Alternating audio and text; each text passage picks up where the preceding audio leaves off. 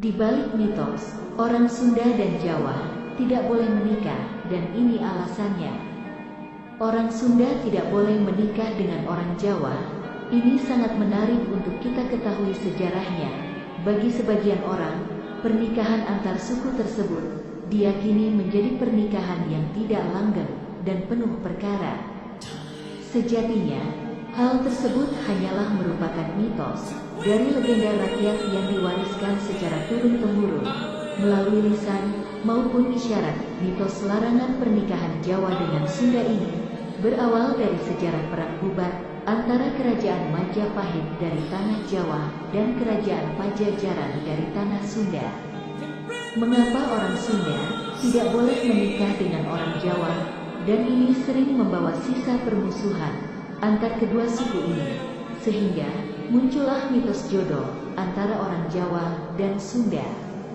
Hal ini bermula dari Dyah Pitaloka yang merupakan putri kerajaan Sunda. Dia dijodohkan dengan Hayam Wuruk yang berhasrat untuk menjadikannya sebagai permaisuri. Tradisi menyebutkan bahwa Dyah Pitaloka sebagai gadis yang memiliki kecantikan yang luar biasa. Hayam Wuruk, Raja Majapahit, mungkin dengan didasari alasan politik, ingin menjadikan Putri Citra Rasmi atau Pitaloka sebagai istrinya. Dia adalah anak perempuan dari 8 Prabu Maharaja Linggang Buana dari Kerajaan Sunda. Patih Madu pun sebagai makjomblang dari Majapahit di saat itu datang ke Kerajaan Sunda untuk menjodohkan dan melamar Tuan Putri Sunda dalam suatu pernikahan kerajaan. Perjodohan ini pun menjadi peluang untuk mengikat persekutuan dengan Kerajaan Majapahit yang besar dan jaya. Raja Sunda dengan sukacita memberikan restunya dan ikut pergi mengantarkan putrinya ke Majapahit untuk menikah dengan Hayam Wuruk.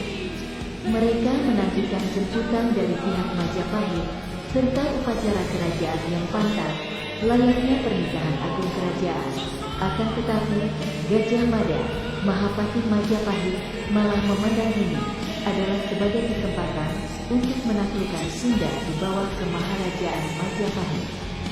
Dia pun bersikeras bahwa sang putri tidak akan diangkat menjadi Ratu Majapahit, tetapi hanya menjadi selir yang dipersembahkan untuk Raja Majapahit sebagai tanda takluk kerajaan Sunda di bawah kekuasaan Majapahit.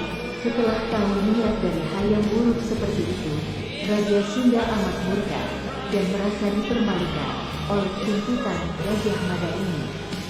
Tradisi dan kisah-kisah lokal menyebutkan bahwa dalam kesedihan dan hati yang remuk redam, sang putri melakukan bunuh diri untuk membela kehormatan dan harga diri negaranya. Menurut tradisi, kematian Dyah Pitaloka diratapi oleh Hayam Wuruk serta segenap rakyat kerajaan Sunda yang kehilangan sebagian besar keluarga kerajaannya. Oleh masyarakat Sunda, kematian sang putri dan Raja Sunda ini dihormati dan dipandang sebagai suatu keberanian dan tindakan mulia untuk membela kehormatan bangsa dan negaranya. Mungkin dari kisah tersebut ada larangan pernikahan antara Sunda dan Jawa. Sampai saat ini, ada yang masih mempercayainya larangan tersebut, dan ada yang tidak. Itu tergantung hak masing-masing. Bagi yang masih percaya silahkan, dan bagi yang tidak mempercayainya juga silahkan. Itu hanyalah sebuah mitos atau dongeng. Ambil yang baik, buang yang buruk, dan ambil hikmah dari setiap kejadian. Semoga ulasan ini bisa bermanfaat dan bisa menambah wawasan untuk kita semua. Amin.